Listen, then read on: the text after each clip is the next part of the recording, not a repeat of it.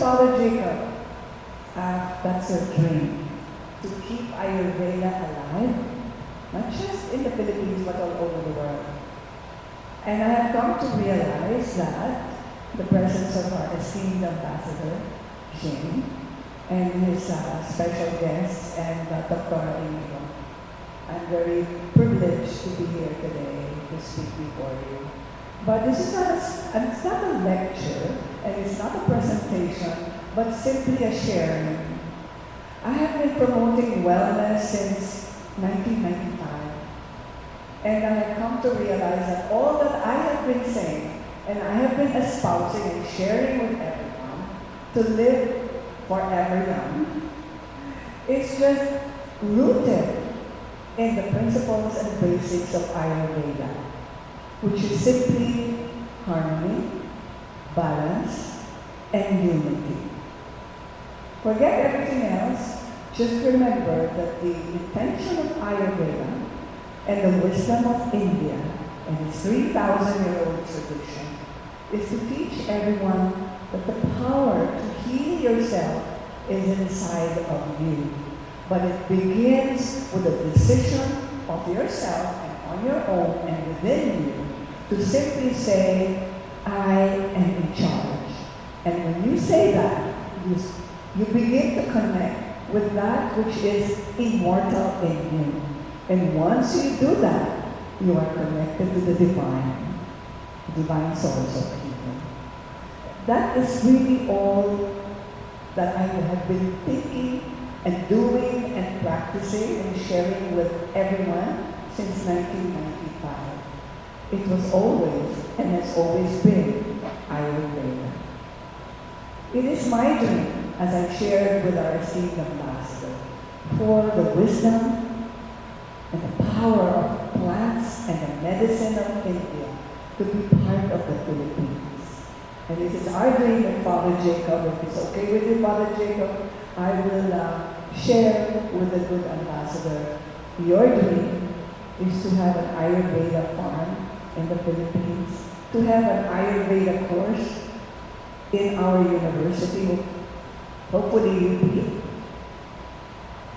and to inculcate in every mind of every Filipino that yes, there is always hope for the hopeless, and there is always healing for those who are ill, and it does not have to be expensive. It has always been with us, free for everyone to share and enjoy. And I hope, and my dream, is with a cooperation between, I cannot speak for the government, but it is still my dream, for that to have a strong cooperation and alliance of collaboration with India and the Philippines, and embrace the culture of India, embrace the culture of healing and medicinal approaches to well-being. That is the dream we want to share with you. Do you want the same dream? Mga kababayan, gusto niyo ba? Parang lobat tayo. Gusto niyo ba? Yes na yes, Mr. Ambassador. So today, I know there is a beginning and there is a purpose for this event. It's 10 years, but we pray that this will go on and on and on until we achieve our purpose of healing, living longer, feeling better, and of course, looking good. Actually, I did a summary of Ayurveda. If it's all I do, we'll go over it very quickly, and then I am gone. You know the principles of public speaking is to be brief and to be gone. And that is a promise to you. So can we do this? I prepared something very short and sweet. Ayurveda and you. It is really all about the harmony of body, the balance of body, mind, and spirit. Ang ating katawan, kaisipan, at kaluluwa. Ms. Ambassador, if you don't mind, I have to sometimes translate also to give it more power and energy. Okay. The essence of Ayurveda is an ancient science of life that teaches how to live in balance and harmony with the self. Remember, There is no peace outside if there is no peace inside. Mahatma Gandhi said that the peace in the world is only possible if you have inner peace. So it starts with the self. It is also your connection and harmony with nature, with others, and then with life itself. Do you love life?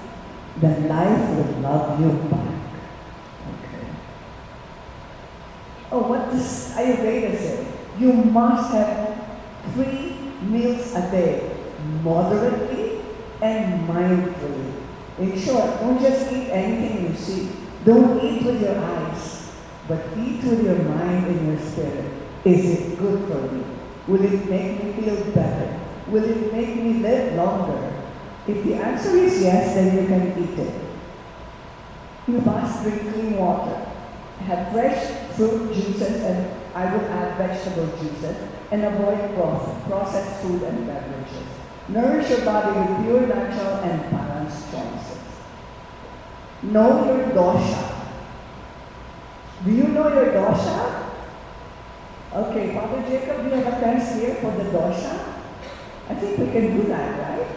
It's available online. You can Google it. Dosha. How do you know what your dosha is? I know what my dosha is. My dosha is pitta. That's why it's always on fire. And that's why Father Jacob says I should eat cooling foods. So that's, if you know your dosha, then you know how to harmonize everything. So the first is vata, which is air and the ether. Movement, creativity, and communication. The next is kapha, which is earth and water, structure, stability, and lubrication. And pitta, fire and water, metabolism, digestion, and transformation. Know your dosha today. If you want to learn anything new, you must know your dosha.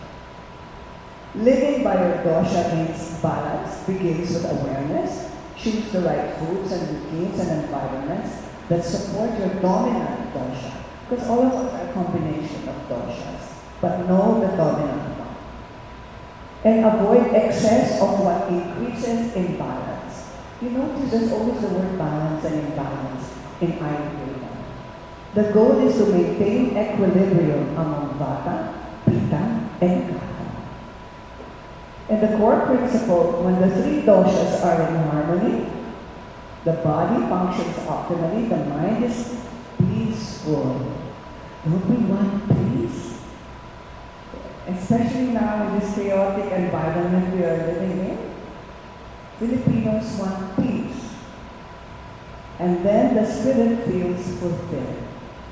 When they are in balance, there's discomfort, illness, and emotional unrest. Health is the natural state of balance.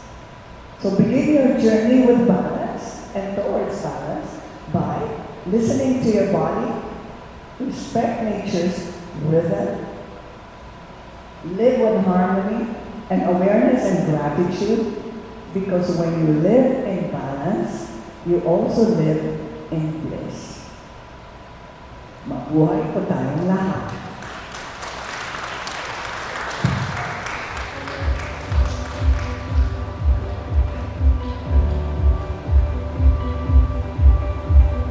Please remain on stage because we're now going to open the floor for any questions from the audience. So once again, ladies and gents, if you have any questions, our usher is over here. You may get the mic, or if you're shy, you may write down your questions on a piece of paper. There you go. We have one question.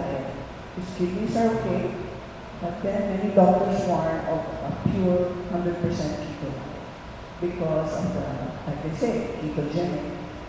It will go straight, the ketones will flood your kidneys, and some people have experienced kidney problems.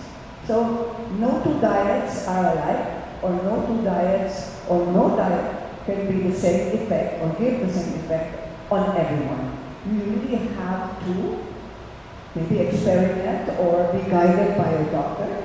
Don't enter or embrace a diet that is not guided by a doctor, because I have to share with you very briefly, I went on IF, intermittent fasting diet, for a year, and I manage pageants. And the fashion designer was with him and said, Miss Cory, your measurements are like that of your beauty queens. Oh, my gosh, no wonder my gowns are so loose. He said, you better start eating because you're too thin. Right? And of course, I didn't pay attention because I got used to fasting. And one day, I was talking to someone and I fell asleep while talking, seated. Thankfully, I was seated, if not, I would have collapsed. And then I woke up. I said, a beautiful dream. And he said, where did you go? I said, well, did I sleep? Because I had a dream. He said, yes, you were gone for 20 seconds. So I had to call the top neurologist in the country, Dr. Quirino. And I said, Doc, I fell asleep. I don't know what happened to me. And he goes, oh, that's very simple. When was your last meal? I said, 9 p.m. last night. And then he goes, so what time is it now? I said, it's 1 p.m. Okay, I want you to stop your intermittent fasting. And my Father Jacob will scold me. But I stopped it already. So I stopped, he ordered me to stop the IF. And then I didn't have any more of those episodes, but I did have it for 3 months. So it's scary. I would not suggest a diet on anyone. The best diet of all is to eat healthy and in moderation. And if you want to lose weight and make your waistline smaller, I would advise for you to just eat less and then go on 5 small meals a day. And if you really, really want to lose weight, limit your carbs and start the one apple per meal diet. That's a challenge. You can finish one whole apple before 1 hour before a meal. I will give you a crown. It's tough because you're so full of fiber, you won't be able to eat anything. It's as simply as I can put it. Just eat moderately and healthily and simply. And more importantly is to embrace harmony. You really have to meditate. And when you do that, you are centered. Alright, a big hand to Ms. Cory Quirino. That concludes our Q&A. May we invite Father Jacob to please join us on stage as we present our certificate of appreciation. Thank you once again, Cory Quirino.